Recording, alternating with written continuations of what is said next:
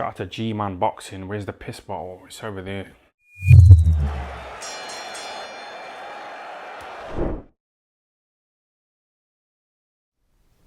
Tyson Fury, Deontay Wilder 3. Had the press conference today. Everything is good to go. It's official. July 24th. T-Mobile Arena in Las Vegas. I'll be frank, I'm looking forward to it. I am. I actually am. I was already looking forward to this prior to this press conference. Over the last kind of week or so, it's kind of just grew on me, because originally when this fight we were talking about this last year as a trilogy, I was like, no, seen it, been there, seen it, done it.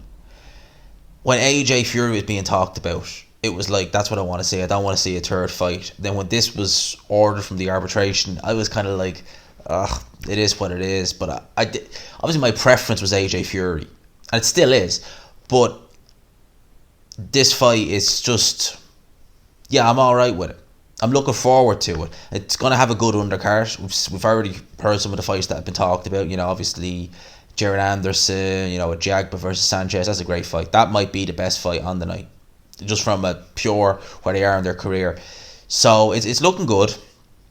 I'm not unhappy with it. I think that this press conference did do a good job in selling it. Deontay Wilder did very little. He just had his headphones on. He said bloodshed. He promised bloodshed, I should say, and that was it. Tyson Fury was giving it some, but he was giving it to Malik Scott because obviously Deontay Wilder had his headphones on. Interesting idea from Wilder just to go in, just kind of zone out, block the world out with the headphones on. So Fury just decided to go with Malik Scott, had to go with him about when they sparred, how he bashed Malik Scott's ear up, but he did the same to Deontay Wilder.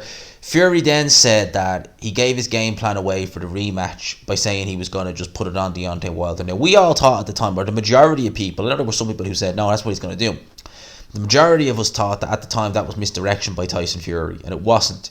He said correctly as well that he didn't have a long, because bear in mind, right, that fight happened in February, end of February last year. It was near Christmas. I remember it was about a week or so before Christmas when he announced he was training with our Javon Sugar Hill. So, yeah, he's right. He didn't have much time to really learn that style. He did a very good job in a short space of time. Now he's having more time to implement that kind of Kronk style, that Javon Sugar Hill's teaching Tyson Fury. So that's good on his part.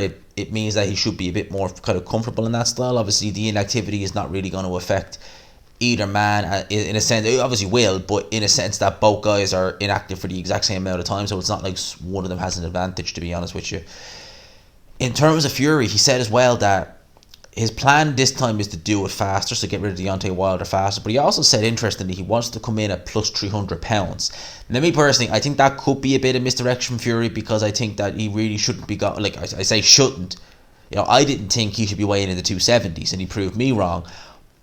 But I'm sure 300 pounds is a bridge too far. That is extreme. That is excessive. Fury looked alright, in terms of the shape, because obviously he took his shirt off.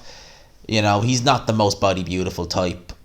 We know that. We're never going to see Tyson Fury with a six pack. We're never going to I'm sure even if Tyson Fury really trained properly, as in like really went with the goal of six pack, I don't know if he'd be able to actually get it, because I suspect his metabolism is just so slow that he wouldn't be able to just get that.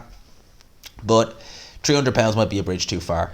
In terms of the face-off, which was the kind of funniest part of it, as near as makes no difference, a 6 minute long face-off. Alright, and try as hard as she did to get the guys to look directly at they weren't budging. The guys didn't say anything. The talking was done by both teams. We had people from Team Wilder saying 2-time. With Shane Fury and Isaac Lowe having a bit of a verbal exchange. I think Shane Fury said he'd even fight a member. I think it was Shane Fury anyway, that he'd fight a member of Team Wilder. I don't know if that was Wilder's little brother. Right, I don't know. It was definitely a member of the team. If it was Wilder's little brother, I wouldn't put money on him winning the fight against Shane Fury, to be honest with you. Judging by what we've seen from him. But the face-off lasted 6 minutes, give or take. Deontay Wilder moved away first. Now, to be honest with you, face-offs don't really mean much. You look at someone like Canelo Alvarez, he's always has his eyes down at a face-off. They normally don't tend to mean much. But Tyson Fury is someone who, something as insignificant as that, to him he would use that as almost he's one up in terms of just the mental victory. Because remember, Tyson Fury, when he was getting ready to fight Vladimir Klitschko, all right, and I remember this, I think it was at the Gloves Are Off that Sky did. And really, a lot of people say this was the moment where Vladimir was really kind of... it wasn't the press conference. This was the moment where they really saw Vladimir.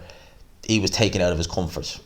Was when Tyson Fury brought up the sauna situation. So, years ago when he was in Team Klitschko, he was sparring Klitschko. Or I think, it might have even been sparring Klitschko. He might have even been in camp. I know he went with Andy Lee to one of them. He was in the sauna for, we'll say, an X amount of time. And Vladimir Klitschko came in, however long after Fury came in. And Fury said he made it his goal to stay in the sauna longer than Klitschko. He waited until Vlad left.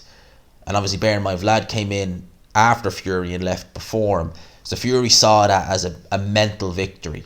And he really used that, as a crutch, to go after Klitschko with. And a lot of people said when because Klitschko said himself, I don't remember that. Fury remembered it. And a lot of people said that was really when Fury was like, I've got you. I don't think it's the same in this situation, just the face-off. But Fury would take that and go with it. He would take that and be like, I stood there longer. I would have stood there for 15 minutes if they let me. You pulled away first. So I think Fury is going to take that and run with that. This rematch, like I said, we don't know if it's going to be on... Well, it's probably going to be on BT Sports, but you never know. It's going to be pay-per-view here in the UK. I'll pay for it. I will. It's a very good undercard as well, which strengthens it. I'm looking forward to it. I don't know why. I was watching that press conference, and although I'm picking Fury, and although I'm making favourite, something tells me it's not going to be... Well, it's not going to be as easy as the rematch. He's going to have shaky moments in here. I think that Wilder... I've said it before, I'll say it again. I think his age is a worry. He is 35. He is going on 36 in October. At this age, although he's not had a punishing career, he's someone who relies on athleticism. I think that might be an issue for him now at this age. And at the end of the day, Fury, we've seen him inactive.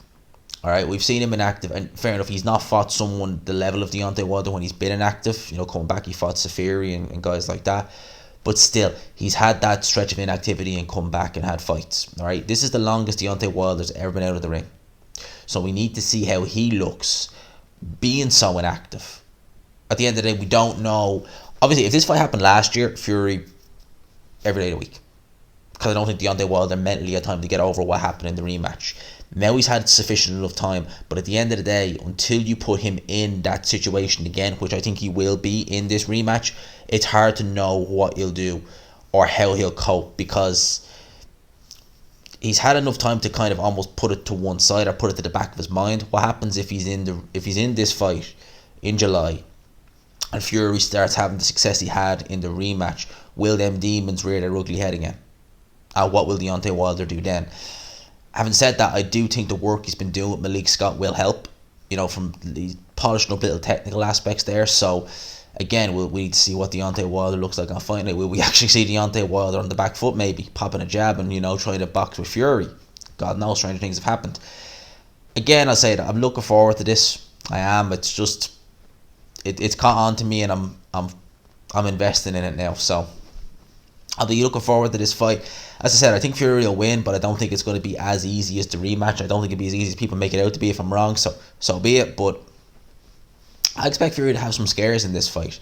If Deontay Wilder's improving his jab, then I worry about the cut. Because Deontay Wilder does use his jab. And his jab's always been... Look, it's not a Larry Holmes jab or a Klitschko jab, but he's not a bad jab, Deontay Wilder.